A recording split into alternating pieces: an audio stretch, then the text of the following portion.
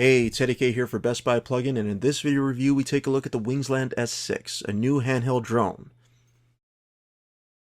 Yes, it's another drone, and this is the S6 from Wingsland. Not a company that you've probably heard of before, but they've made a drone that is small enough to fly just about anywhere, and despite the new rules that the Transport Canada has instituted here, you can probably get away with flying this in most places without any problems.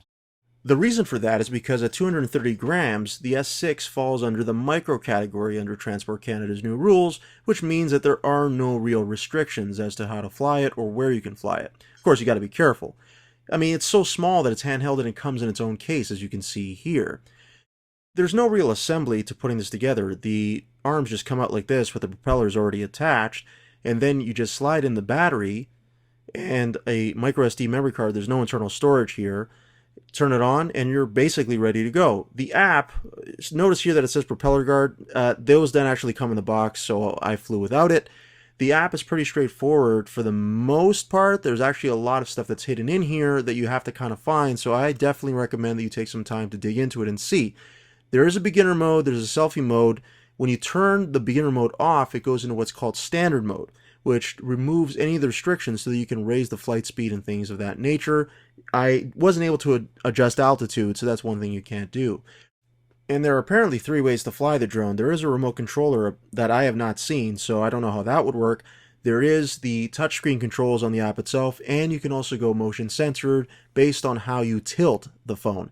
Here's a good look at the app as it's working and as I'm flying the drone. So you see kind of how the UI looks. You got the camera and video on the side, which disappears the moment that you move. So I'm raising the drone here, and then if I want to pan it around, I go left to right, and then if I want to move it, then the right joystick does that too. Control is, at least in part, dictated also by the environment. Because it's so lightweight, the S6 can be susceptible to wind gusts, which make it veer and sway, which thus also could affect what kind of images you can shoot with it. It shoots in 4K as far as video goes and in 1080p, so you do get HD in every sense, and the quality is pretty good for the most part. Even still images aren't bad, especially when you're shooting in good daylight.